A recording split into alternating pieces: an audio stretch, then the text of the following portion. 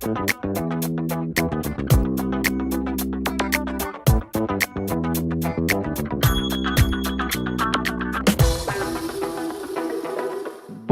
à toutes et à tous, j'espère que vous nous entendez bien.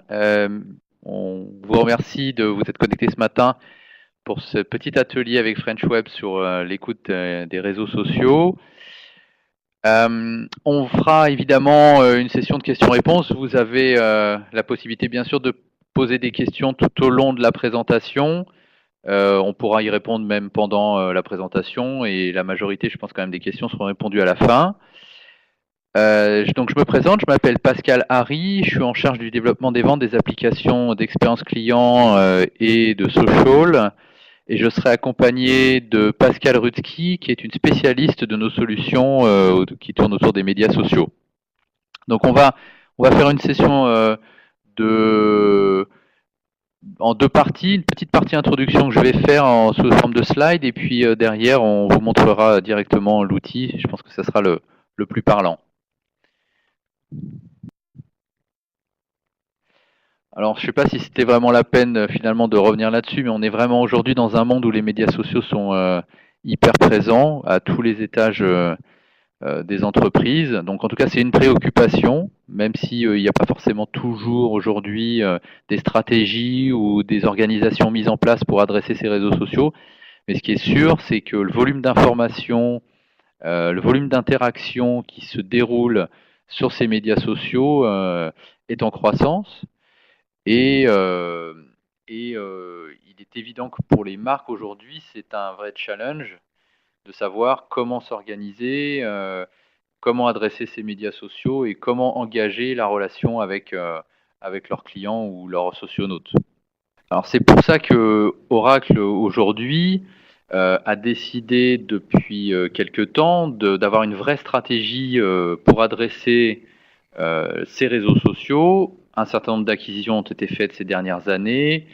Un fort effort de recherche et développement a été également mis en place pour délivrer cette suite qui va vous permettre, là on va parler aujourd'hui simplement d'écoute, mais qui va vous permettre d'adresser l'ensemble des problématiques qui tournent autour des réseaux sociaux, l'écoute, l'engagement, la publication de contenu, l'analyse de votre efficacité sur l'engagement et sur les campagnes marketing que vous ferez sur ces réseaux sociaux, de façon à ajuster comme cela votre stratégie. Alors cette suite, elle n'a pas uniquement volonté à fonctionner toute seule, elle a une volonté à être présente et disponible pour l'ensemble des canaux d'interaction de relations clients. C'est-à-dire qu'on va être capable d'avoir dans le service client, une capacité d'écoute aussi des réseaux sociaux pour être capable de traiter les problématiques et les réclamations faites par les clients dans une dimension service. De la même façon, dans la partie marketing, lorsqu'on va vouloir faire des campagnes multicanales, on pourra complètement intégrer cette dimension de social marketing dans une campagne multicanale, dans une analyse du comportement digital de l'utilisateur qui reçoit ces campagnes. Tout cela parce que la suite social de Relationship Management est disponible de façon transverse dans l'ensemble des applicatifs de relations clients. Alors la suite elle-même, que supporte les fonctionnalités de gestion des réseaux sociaux, est composée de plusieurs briques. Elles sont modulaires, c'est-à-dire que vous pouvez en utiliser tout ou partie. Donc une première qui est vraiment destinée à l'externe, j'écoute mes réseaux sociaux, je m'engage dans des conversations avec mes socionautes et je fais de la production de contenu et du social marketing. Une autre partie qui est plus cette fois liée à l'interne, quand je commence à me transformer dans une entreprise dite sociale, je vais aussi avoir besoin de m'organiser en interne de façon à travailler de façon différente également au sein de mon entreprise. Donc pour ça, je peux mettre en place par exemple des réseaux sociaux d'entreprise, donc c'est ce qu'on appelle le social network ici, mais également l'analyse des données que je vais récupérer de ces réseaux sociaux, que je vais croiser avec mes données structurées d'entreprise pour en dégager des tendances et aussi améliorer ma stratégie, qu'elle soit marketing, de vente, de e-commerce, etc. Et enfin, cette suite propose la capacité d'animer des communautés de clients, des communautés de partenaires, de vendeurs indirects, de réseaux, de façon à aussi changer la façon dont vous communiquez avec ces réseaux. Donc dans la partie écoute qui va nous intéresser vraiment aujourd'hui, pour laquelle vous allez voir la démonstration, cette partie écoute va vous servir à capturer, à récupérer des informations qui viennent des réseaux sociaux, à contrôler, à faire des filtres, à éliminer le bruit et à en regarder les grandes thématiques et les sentiments qui s'en dégagent à travers des moteurs d'analyse syntaxique, sémantique et langage naturel en différentes langues. Engager, si vous le souhaitez, au-delà de la récupération de ces données, des conversations avec les socionautes et puis analyser comment votre efficacité, analysée par l'intermédiaire de dashboards, comment est-ce que vous fonctionnez, est-ce que vous avez besoin de changer votre façon de travailler, d'interagir, d'écouter ou votre façon de communiquer au regard de la perception qu'ont vos socionautes sur ces réseaux sociaux. Vraiment, une des forces de la suite, c'est vraiment d'essayer d'éliminer au maximum le bruit, donc tout ce qui ne va pas être nécessaire à la marque, à l'entreprise, lorsqu'elle écoute ces médias sociaux, vu le volume d'informations qui est véhiculé sur ces médias sociaux. Donc la force du moteur d'écoute va être effectivement occuper une place importante, et c'est pourquoi l'analyse sémantique, l'analyse en langage naturel, qui va pouvoir dégager les sentiments, occupe également une part importante de la solution.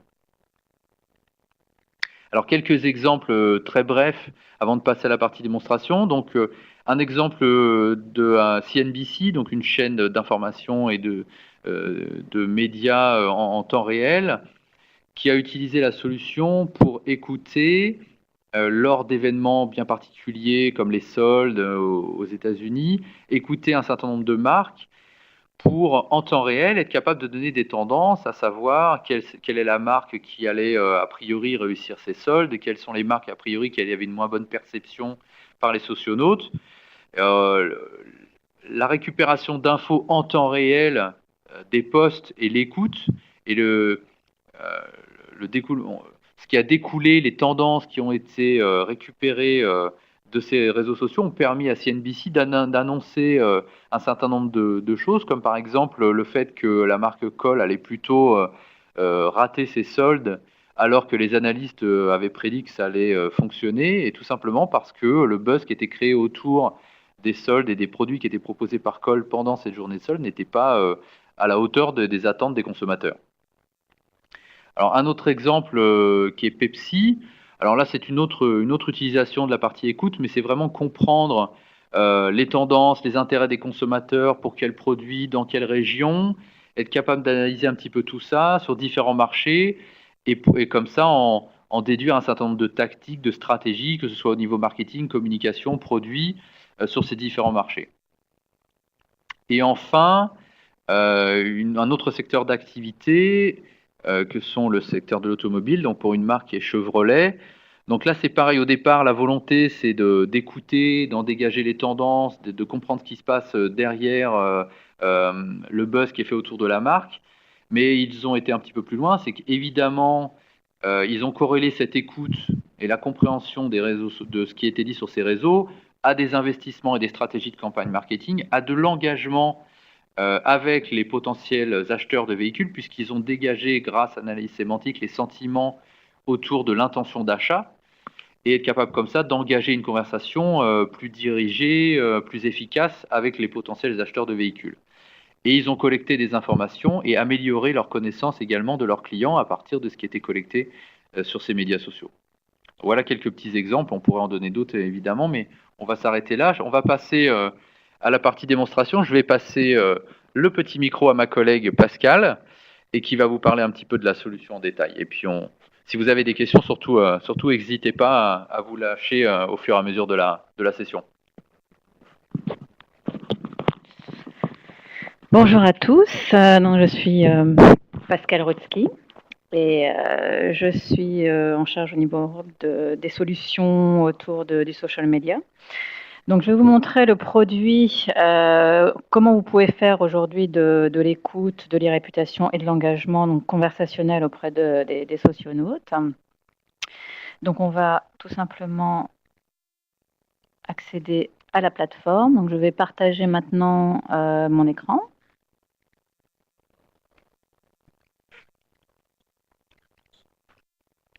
Voilà. Alors, je ne sais pas si vous voyez mon écran là, je ne suis pas sûre. Ah si, c'est bon. Ok, donc là, en fait, vous êtes dans un environnement, l'environnement complet de la suite Oracle Social Relationship Management, dans lequel vous allez pouvoir faire à la fois de l'écoute, de l'engagement conversationnel, de la publication de contenu dont on parlait tout à l'heure, dans la présentation, la création de contenu. Donc ça, c'est plutôt la partie social marketing, sur laquelle on a déjà fait un webcast précédemment. Donc là, on est dans la partie écoute. Et ce qui m'intéresse, donc on parlait de Chevrolet justement dans les références clients. Eh bien, je suis dans le secteur automobile. Admettons que je suis Audi et j'ai besoin de savoir comment on parle de moi sur les réseaux sociaux, ce que l'on dit, quels sont les sentiments. Donc je vais tout simplement dans les différents sujets que j'ai écoutés. Ah, excusez-moi. Voilà. Donc, dans les différents sujets, je peux positionner un certain nombre de sujets d'écoute avec un certain nombre de critères, de mots-clés, de booléens, etc. Et je peux même écouter la concurrence. Donc, on y est justement. Voilà. Donc, comment je vais créer des sujets d'écoute, comment je vais pouvoir écouter également mes concurrents. Donc, vous voyez qu'ici, par exemple, j'ai un certain nombre de marques que j'ai écoutées et tout simplement en créant un sujet, en disant, admettons, je vais écouter Renault en français. Voilà, donc je choisis la langue. Vous voyez qu'il y a un certain nombre de langues qui sont proposées ici en analyse sémantique, donc c'est important. Donc je vais indiquer Renault, la marque Renault. Je pourrais mettre des options avancées de booléens, de rejet, etc. Mais ce qui m'intéresse, c'est d'abord de regarder d'un point de vue macro, donc global, et laisser le moteur travailler pour prévisualiser l'ensemble des informations qui vont m'être retournées. Alors là, je suis sur un échantillon maximum de 1000 postes collectés. Ce qui me permet simplement de voir comment, sur l'ensemble de ces 1000 postes, je vais avoir quelle information va m'être retournée. Donc, je vais avoir sur les 3 derniers mois qui me sont ramenés, un certain nombre d'informations, donc des posts venant soit de la presse, des médias, soit de blogs, de forums, ou bien encore de réseaux sociaux, que ce soit Facebook, Twitter, Google+, ou de flux RSS. Donc je vais avoir l'ensemble de ces informations qui me sont ramenées. Donc on écoute ici sur plus de 40 millions de sites dans le monde. Et ce qui est important, surtout plutôt que de regarder chacun des posts, c'est de savoir comment ils ont été catégorisés de manière automatique par le moteur sémantique pour dégager en fait le bruit. Donc là, je vois qu'il y a un certain nombre de thèmes qui ont été créés, donc notamment autour de l'automobile. Ça tombe bien puisque c'est en effet ce que je recherche. D'autres qui parlent plutôt, admettons, le mois d'août. Comment ça se fait qu'on parle du mois d'août? Il y a peut-être eu des événements particuliers en août autour de la Formule 1, chez Renault. Voilà, on parle de pole position, en effet. Donc, c'est aussi intéressant. Par contre, des choses qui sont peut-être moins intéressantes. Donc là, ça doit être également des choses, voilà. S'il y a un certain nombre de thèmes et que je me rends compte dans le contenu que ça ne m'intéresse pas, tout simplement ce que je vais faire, c'est dire je n'en veux pas. Je ne veux pas de ce thème dans mon analyse et il va me le retirer de mon moteur sémantique. Alors, attendez, je vais vérifier qu'il y a bien le son. On m'a dit que le son... Ok. Voilà, donc en fait, je retire un thème en particulier de mon moteur sémantique, je rajoute un filtre. Par contre, tout ce qui concerne châssis, je vais dire Mais ça, c'est comme quelque chose de beaucoup plus intéressant. Donc, je vais en mettre plus sur ce sujet. Donc, en fait, à travers ces différents thèmes, je vais pouvoir choisir lesquels je garde, lesquels je retire.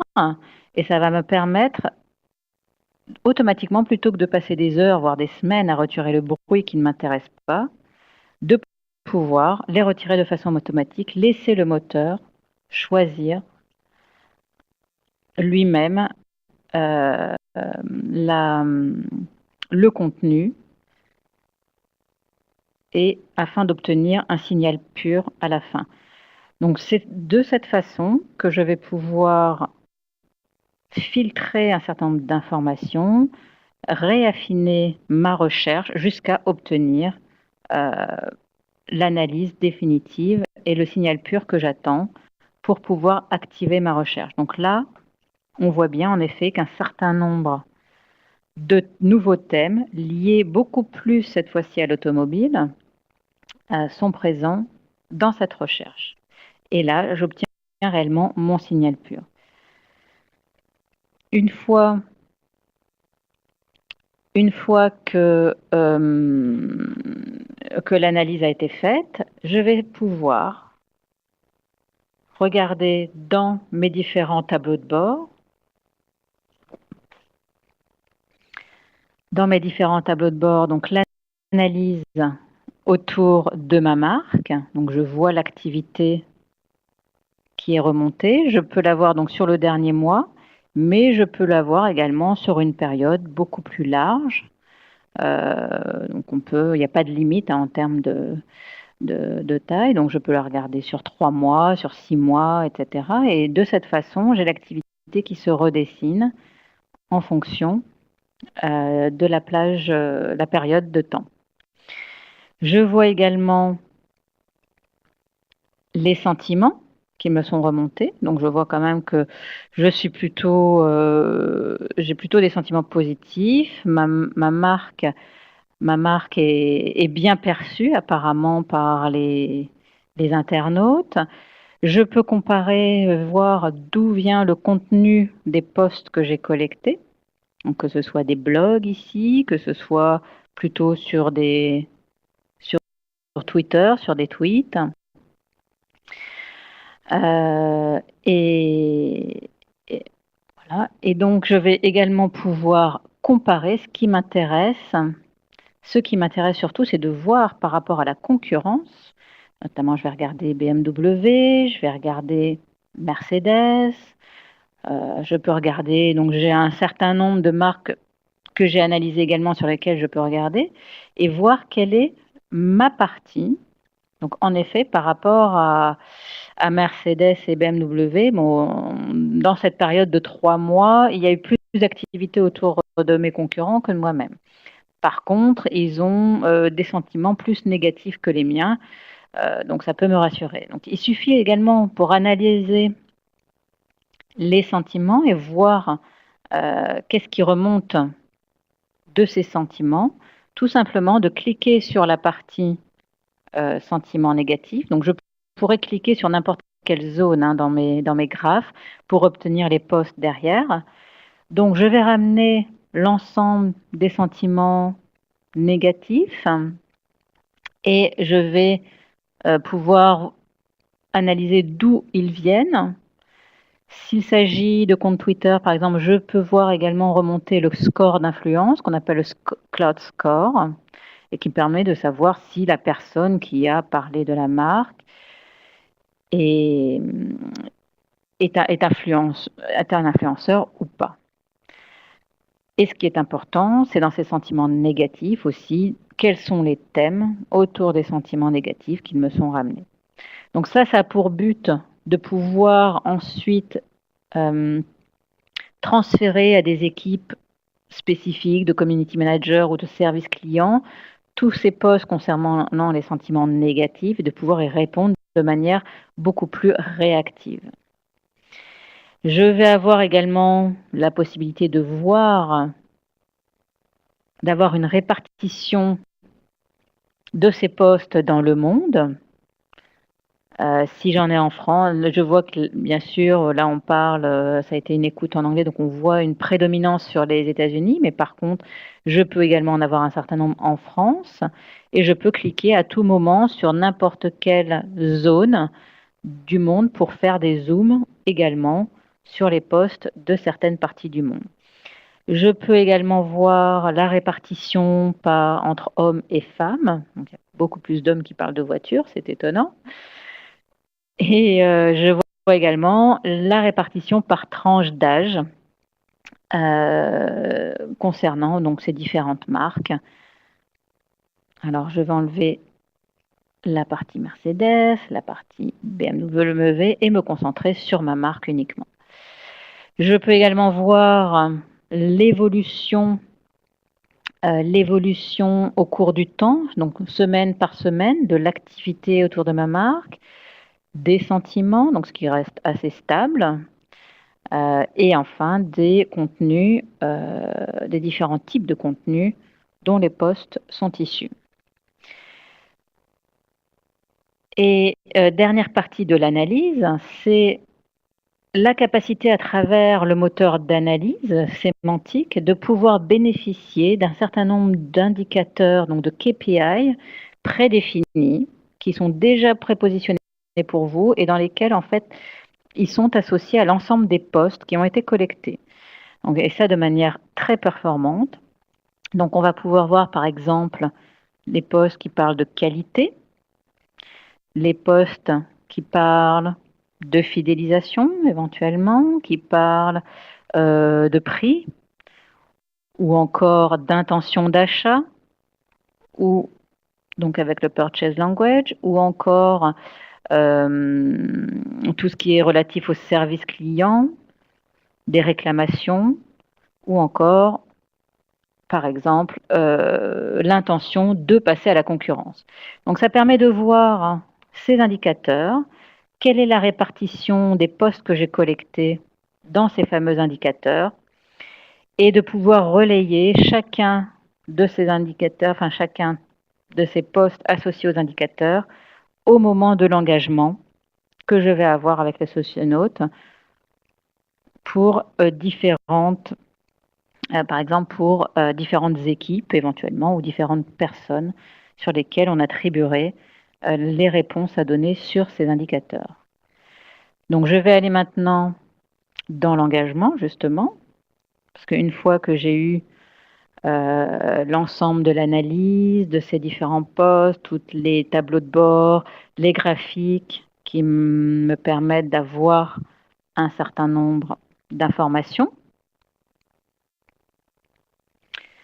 je vais pouvoir de manière très simple et automatique avoir la vision de l'ensemble des postes qui m'ont été ramenés, donc sous forme d'inbox, un peu comme dans les emails, avoir tous les posts qui me sont ramenés de l'écoute que j'ai pu faire sur les différents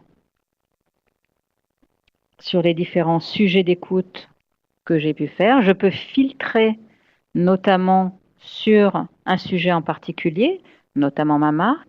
Je peux également, si je le souhaite, rajouter manuellement un certain nombre de un certain nombre de canaux sociaux, que ce soit Facebook ou Twitter, qui ne seraient pas venus par l'écoute, mais que je veux identifier de manière indépendante pour pouvoir y répondre de façon indépendante. Je peux également voir filtrer, si je le souhaite, par canal social, ou encore filtrer par ces fameux indicateurs que l'on a vus au moment de l'écoute, que l'on appelle ici des étiquettes. Alors pourquoi on les appelle des étiquettes? C'est tout simplement que l'on va retrouver les indicateurs qu'on avait au niveau de l'écoute, mais on peut rajouter aussi ses propres indicateurs de façon manuelle ou de façon automatique. Donc si par exemple, donc là on voit le fameux indicateur Customer Service, donc service client que l'on voyait au niveau de l'écoute, également favorable que l'on avait au niveau de l'écoute, mais on voit certaines étiquettes qui ont été rajoutées manuellement ou automatiquement. C'est-à-dire que l'on va pouvoir créer des règles qui indique si je trouve tel mot dans l'ensemble des postes collectés, je les mets dans un indicateur particulier. Et ça pourrait être un indicateur propre à votre métier. Voilà, donc ça pourrait très bien être l'indicateur Formule 1 pour l'automobile ici, où dès que je vois un poste qui fait mention de la Formule 1, je le classifie automatiquement dans une étiquette appelée Formule 1, de façon à les traiter de manière totalement autonome. Donc, je vais avoir ces postes sur lesquels je vais évidemment avoir la capacité à voir le contenu, d'accord, à venir répondre soit directement à la personne, donc on peut venir lui répondre, lui rajouter le texte que l'on souhaite, ou encore si c'est quelque chose d'un petit peu particulier qui nécessite une réponse, c'est un VIP, ça nécessite une réponse plus précise, ou alors c'est plutôt assez technique, il y a besoin d'une expertise de quelqu'un, eh bien on va venir affecter ce poste à une personne ou à une équipe, tout simplement, voilà, en lui donnant un message pour lui demander de s'occuper de cette personne de manière beaucoup plus significative et de manière très réactive. Et enfin, je vais avoir aussi d'autres capacités à pouvoir afficher le source de ce message, pouvoir retweeter tout simplement le tweet en question ou avec un commentaire, ou encore suivre la personne ou l'envoyer vers des systèmes de CRM pour des traitements plus conséquents avec des process d'un service client derrière qui prend en charge ce traitement de réclamation. Donc ici notamment, on a des intégrations natives avec nos applications CRM de service client telles que RightNow et Sibel, mais vous pourriez très bien également envoyer à vos propres systèmes de service client. Voilà, donc on a fait le tour des capacités d'écoute et donc de création, de recherche pour obtenir un signal pur, capacité à avoir l'ensemble des tableaux de bord avec l'analyse des sentiments, des tendances, des indicateurs. Tous ces graphes sont exportables sous PDF ou sous image. Les informations collectées ici sont également exportables. Voilà, et donc vous pouvez engager de manière très simple et très réactive vos différents socionautes pour répondre de façon aisée et générer en fait la communication qui vous importe derrière. Voilà, donc on a un certain nombre, je laisse ouvert donc la session pour les questions-réponses, donc n'hésitez pas si vous avez des questions. Alors dans le chat, est-ce que on a des questions? Alors, j'avais une question de Paul qui nous demandait si la session était enregistrée. Alors oui, tout est enregistré. Il y aura un lien qui sera mis à disposition via une vidéo sur Dailymotion. Donc une fois qu'elle sera montée, normalement elle sera mise en ligne. Et je vous invite donc si vous avez d'autres questions, n'hésitez pas, c'est le moment. On a vu, merci aussi pour la réponse au petit sondage d'introduction. Donc on voit qu'effectivement cette problématique d'écoute est quelque chose qui vous intéresse, mais aujourd'hui vous n'avez pas forcément d'outils, donc n'hésitez pas à nous contacter pour ça. Alors, il y a une question également sur cela marche-t-il aussi avec des sociétés moins ou peu connues? Oui, ça marche en fait avec n'importe quel type d'écoute. Vous pouvez faire des écoutes, quelle que soit la marque, quel que soit le produit, le service, quelle que soit la société. Il n'y a pas de limite particulière ou de marque particulière qui serait prépondérante pour l'écoute. Donc ça marche absolument avec tout. Une autre question. Bonjour Martin. Une idée de coût pour cette solution? Au niveau des coûts, donc c'est une solution qui est dans le cloud, qui est en mode SaaS. Donc c'est un abonnement que vous payez tout simplement tous les mois. Sur cette solution, on va dire que la structure de coût, c'est au nombre d'utilisateurs qui utilisent l'application et au volume d'informations que vous souhaitez ramener au niveau de l'écoute. Voilà, ça reste très abordable. Les prix sont normalement communiqués sur notre site public. Bon, ça va de toute façon, en fonction des marques, effectivement, de tout ce que vous voulez écouter, des médias, ça va de quelques centaines d'euros à quelques milliers d'euros mensuels. Et tout ça, comme c'est sous forme d'abonnement et de location, vous pouvez faire ça de façon assez graduelle, lancer sur des écoutes de quelques canaux ou quelques marques, si vous êtes une multimarque, et ensuite élargir votre spectre. Donc c'est quelque chose qui est assez accessible. Et en plus, vous n'avez pas d'infrastructure à mettre en place, donc ça c'est plutôt assez simple. Donc, il y avait plusieurs questions sur les tarifs, donc je pense que ça a à peu près traité, hein. Il y avait Amélie, il y avait Charles, il y avait Laetitia. Je crois une petite question de Chèque qui nous parle de est-ce que l'on peut gérer plusieurs campagnes de différents clients sur la même plateforme? Alors, je suis pas sûr d'avoir tout compris la question, mais en gros, si je comprends bien, c'est est-ce que l'on peut éventuellement, si on est une agence, pourquoi pas avoir plusieurs marques dans lesquelles on va faire soit plusieurs écoutes, soit plusieurs campagnes d'écoute, soit aussi dans la partie social marketing. Alors, merci Chèque pour la réponse interactive. Donc, c'était bien ça, on a bien compris. Alors oui, tout à fait. Alors là, vous n'avez pas de limitation. De la même façon, vous pouvez écouter vos marques, vous pouvez écouter vos concurrents, que vous pouvez avoir la capacité de créer des topics sur plusieurs marques différentes. Et de la même façon, vous pouvez analyser les retours sur ces marques et sur ces écoutes. Là, vous n'avez pas de limitation. Vous pouvez être multimarque, un peu en marque blanche, comme on le faisait parfois dans le e-commerce également. Voilà, est-ce qu'il y a d'autres... Ah oui, il y a une autre question de chat. Donc, proposez-vous un indicateur de mesure d'influence des sources identifiées? Oui, en fait, sur les différents posts que l'on collecte, hein, le score d'influence que l'on ramène, c'est le Cloud Score, qui est indiqué sur notamment les personnes qui ont tweeté. Donc, sur des comptes Twitter, on ramène leur Cloud Score de façon automatique pour voir ce niveau d'influence. Je ne sais pas si ça répond à la question.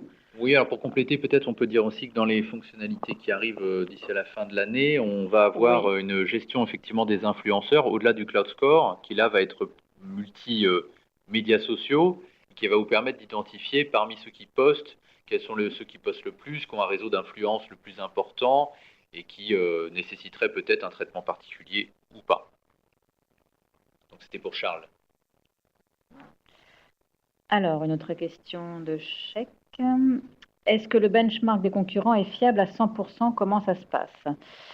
Alors, je ne sais pas ce que vous entendez par fiable. En fait, c'est vous qui faites vous-même votre recherche. Donc, quand vous faites un benchmark par rapport à vos concurrents, c'est par rapport aux critères de recherche, d'écoute que vous avez positionnés vous-même et les filtres que vous avez indiqués, ce que vous voulez écouter, ce que vous ne voulez pas sur votre concurrent. Donc, c'est en fonction réellement de votre recherche. Donc, c'est fiable, hein, ça ramène exactement ce que vous attendez sur vos concurrents en termes d'information, comme ça vous ramène pour votre propre marque au moment de l'écoute, quoi.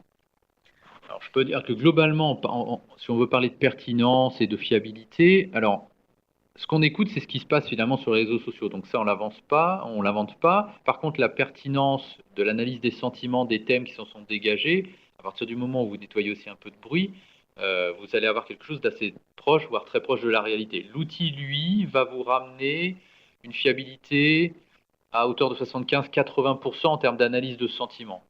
On pourra effectivement pas, vu les subtilités de toutes les langues, en termes d'ironie, en termes de plaisanterie, arriver à 100% de fiabilité. Les moteurs ont des limitations. Ça, que ce soit n'importe quel moteur, ce sera toujours le cas. Mais évidemment, l'analyse sémantique va vous permettre d'éliminer un maximum de bruit, à comparaison peut-être d'autres moteurs qui, là, vont vous nécessiter plus d'intervention manuelle. Donc, en tout cas, ça va vous aider à être au plus proche de la réalité. On a un certain nombre de marques dans le luxe ou dans le consumer goods qui font déjà ça, hein. Ah, alors je vois que Paul nous dit qu'on ne nous entend plus. Est-ce que le son est revenu, Paul? Est-ce que Sheikh a entendu un peu la réponse ou pas du tout? Ah, Laetitia nous dit que c'est revenu, donc peut-être je suis loin du micro, effectivement. J'étais un petit peu loin. Bon, en l'occurrence, j'espère que ça a répondu à la question. Sheikh, si ça n'est pas le cas, je vous invite à me refaire un petit... Ah, ok, formidable. Donc Sheikh a dit que c'était bon, donc principalement il a répondu. C'est parfait. Est-ce que vous avez d'autres petites questions avant qu'on conclue peut-être? Bon, je crois que ça a l'air d'être bon pour tout le monde. En tout cas, il nous reste à vous remercier vraiment d'avoir assisté à cet atelier. On peut vous convier, on a un prochain atelier autour du marketing et du digital body language. Alors c'est un nom un petit peu qui peut faire se poser des questions. C'est l'analyse du marketing comportemental. Donc le 15 avec French Web, le 15 octobre. Donc n'hésitez pas à aller via le site French Web.